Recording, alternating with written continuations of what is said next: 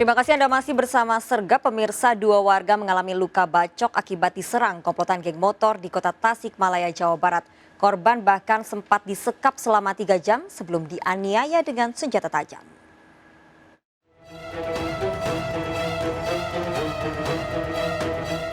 Andra Prastya, warga Kalangsari Tasikmalaya ini mengalami luka di kepala dan pundak akibat sabetan senjata tajam komplotan geng motor.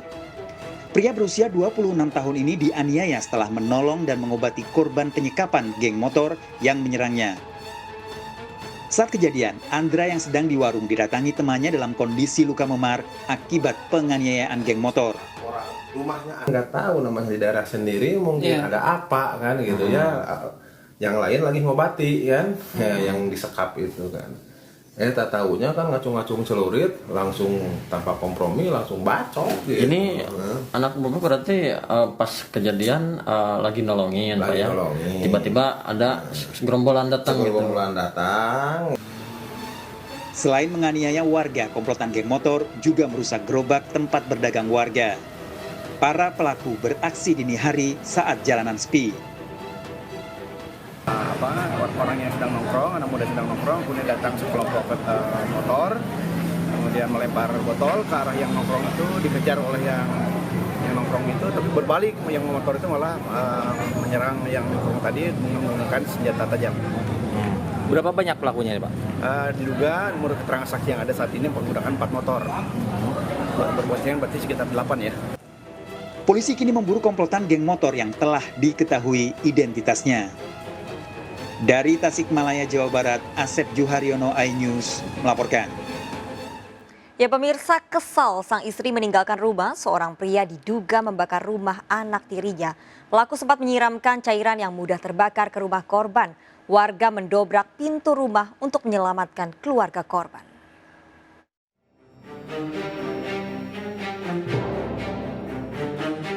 Mobil dinas pemadam kebakaran berhasil memadamkan api yang baru membakar di rumah Nelly, warga Zamzam, Kota Parepare. Salah satu bagian kamar yang ditempati ibu kandung Nelly terbakar dan jendela pecah. Saat kebakaran sekitar pukul 4 dini hari, Nelly dan keluarga termasuk ibu kandungnya tertidur dan tidak mengetahui api berkobar. Warga yang membuka paksa pintu menyelamatkan keluarga Nelly. Warga sekitar pun sempat melihat pelaku yang diduga membakar rumah Nelly. Anakku dilihat ciri-cirinya sama nih.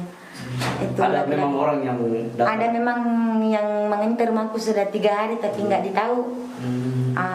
Itu pas ditahu kebakaran nih baru itu polisi bilang ada kemarin laki-laki yang selalu mengintai rumah.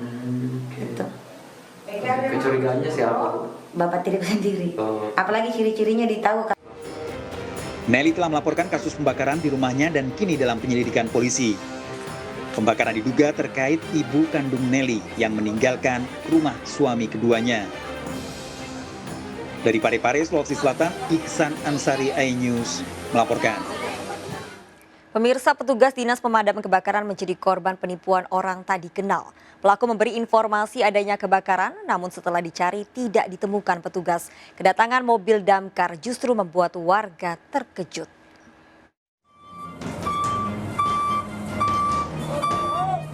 Warga Kelurahan Tarok Dipo, Kota Bukit Tinggi dikejutkan dengan kedatangan 5 mobil damkar dan sebuah mobil ambulans saat tengah malam.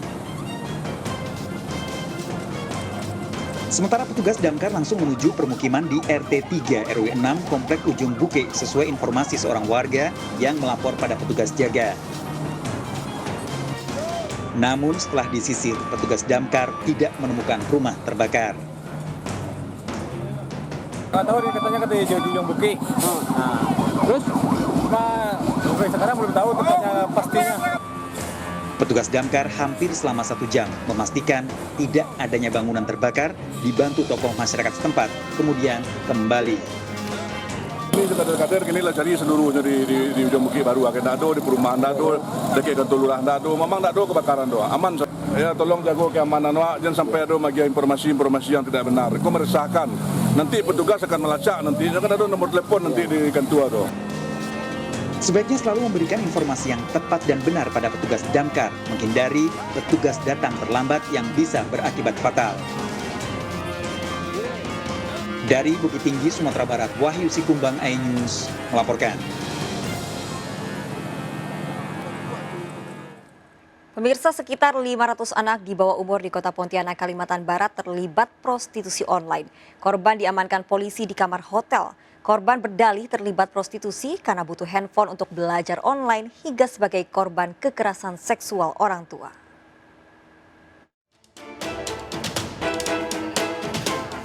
Dari video amatir ini, polisi bersama Komisi Pelindungan dan Pengawasan Anak Daerah Kalimantan Barat mengamankan sejumlah remaja wanita di bawah umur di sebuah hotel Pontianak Selatan dan beberapa laki-laki. Para remaja ini mengaku melayani kencan sejumlah pria yang memesan melalui media sosial lewat para muncikari. Para korban dari siswi SMP hingga SMA mengaku masuk jeratan prostitusi karena kemauannya dengan berbagai alasan. Ini 500 ini dia merekrut misalnya jadiin pacar, habis itu dia nawarkan diri. Ini yang buat meningkat ini kenapa? Kami tidak ada HP, Bu, mau belajar online. Sedangkan orang tua kami ini jualan ini, penghasilannya dapat 30.000 sehari. Macam mana kita mau beli HP? Orang tua saya dia tidak punya HP. Terus ada yang ada HP alasannya dia mau beli kuota untuk belajar dia, Bu, sekali online tuh udah berapa? Akhirnya mau kami jualan. Nah, itu yang bagian karena mereka memang miskin, maaf ya ini kemiskinan. Tapi kalau yang kepasrahan tuh ada, ketika mereka udah jadi korban cabul sama bapaknya sendiri ini, bapaknya menyetujui dia, untuk apa kami lagi punya masa depan aja kami udah ada, lebih bagus kami jual diri. Dari catatan KPPAD, 500 anak yang terlibat prostitusi ini diamankan dari sejumlah tempat di Kota Pontianak sejak awal tahun 2020. Sepekan terakhir sedikitnya 40 anak diamankan polisi dan KPPAD di wilayah Kota Pontianak. Dari Pontianak, Kalimantan Barat, Uun Yuniar, iNews melaporkan. Seorang bocah perempuan nyaris jadi korban penculikan di Bandung, Jawa Barat. Korban kabur setelah menggigit tangan pelaku. Aksi penculikan terekam CCTV.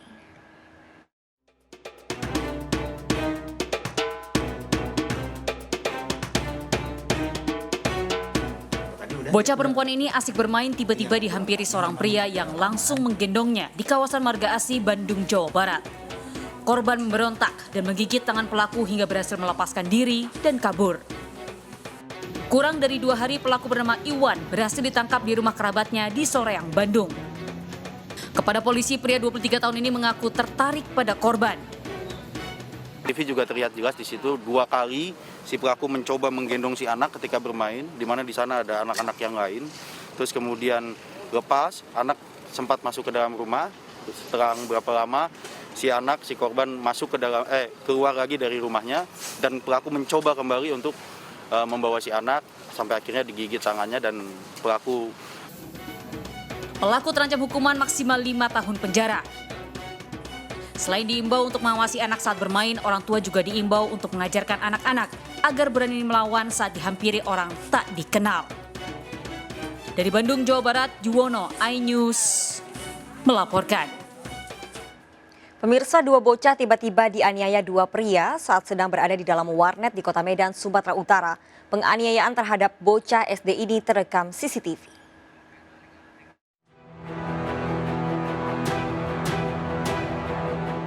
Terekam CCTV, 2 pria ini menjambak rambut seorang bocah di dalam warnet di Medan, Sumatera Utara. Bukan hanya 1, bocah lainnya juga dianiaya dan dijambak dipaksa keluar dari warnet. Kedua bocah ini awalnya sedang membeli nasi goreng dan menukar uang di dekat warnet. Kedua pelaku tiba-tiba masuk warnet dan tanpa alasan menganiaya kedua korban. Akibatnya pelajar SD ini mengalami memar di kepala. Pukulilah, dijambain lah gitu, dijatuhin ke dinding gitu. Terus? Ya udah, itu aja. Ibu korban berharap pelaku penganiayaan segera ditangkap. Dari Medan, Sumatera Utara, Rusli, iNews melaporkan. Aksi seorang pria membobol minimarket di Jembatan Besi Tambora, Jakarta Barat terekam CCTV. Pelaku berdalih butuh uang untuk makan keluarganya selama pandemi COVID-19.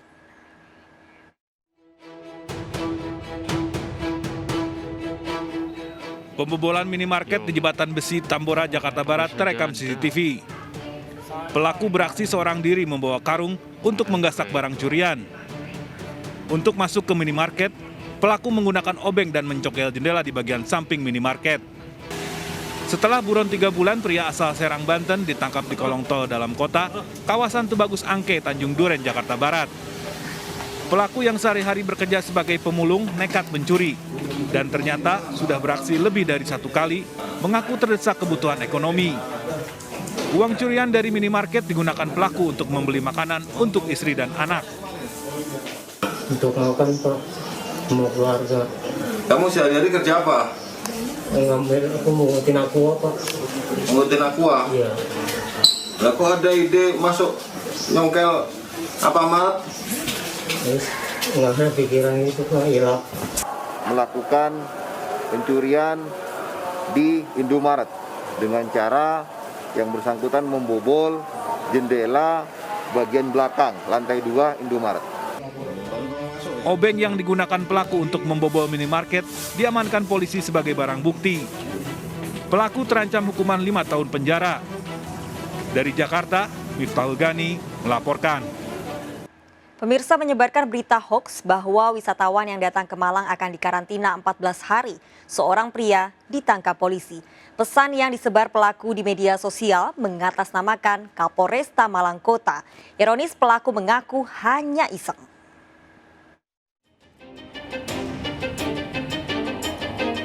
Pesan atas nama Kapolresta Malang Kota inilah yang viral di media sosial. Pesan hoaks memperingati warga yang akan berkunjung ke Malang sebagai zona hitam dari 15 hingga 25 Desember akan dikarantina selama 14 hari. Dalam waktu 9 hari, polisi langsung membekuk pelaku Aceh warga Sendang Galung, Paciran, Lamongan. Ironis, pria 52 tahun ini nekat menyebar hoaks di akun Facebook pribadinya hanya untuk iseng dan hiburan. Pada tanggal 15 Desember 2020 sampai dengan tanggal 25 Desember 2020 agar tidak masuk ke wilayah Kota Malang karena Kota Malang sedang di lockdown atau status zona hitam. Sehingga bagi warga masyarakat yang masuk ke Kota Malang akan dikarantina selama 14 hari. Saya mohon maaf sebesar-besarnya pada rakyat Kota Malang, juga Bapak Kapolres Kota Malang Kota, semuanya saya minta maaf sebesar-besarnya bahwa berita ini adalah tidak benar dan bohong. Pelaku dijerat pasal 14 UU nomor 46 tentang penyebaran berita bohong dan terancam hukuman maksimal 6 tahun penjara. Kasus ini mengingatkan kita untuk berhati-hati dan bijak saat bermedia sosial. Dari Malang, Jawa Timur, Deni Irwansyah, iNews melaporkan. Pemirsa, 3 pengemudi ojek online yang ditangkap karena diduga menjadi calo surat keterangan rapid test akhirnya dibebaskan polisi. Ketiganya terbukti hanya menerima ongkos jasa antar penumpang dari stasiun Pasar Senen menuju klinik.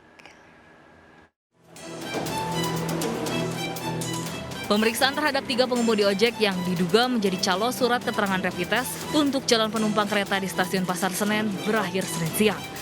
AS, EY, dan HS akhirnya dibebaskan karena hasil dari penyidikan tidak adanya bukti yang kuat melanggar unsur pidana. Ketiga calo tersebut terbukti hanya menerima ongkos jasa antar untuk mengantarkan calon penumpang yang ingin menjalani rapid test.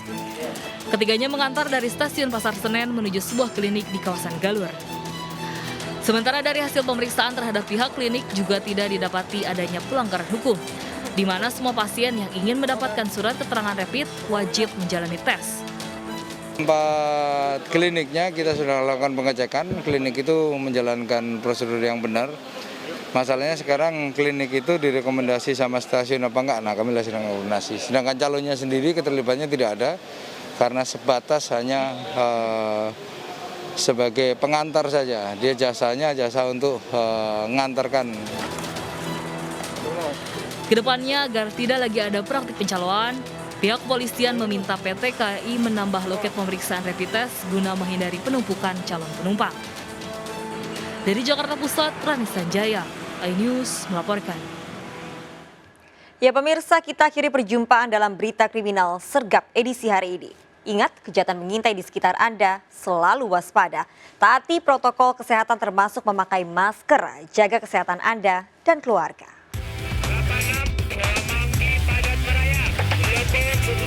Jajaran Puri hingga saat ini aman terkendali. 86, seluruh jajaran kuda-kuda mengingat timur Solo Kupang 365 berhenti mengarah Blok M. Bantuan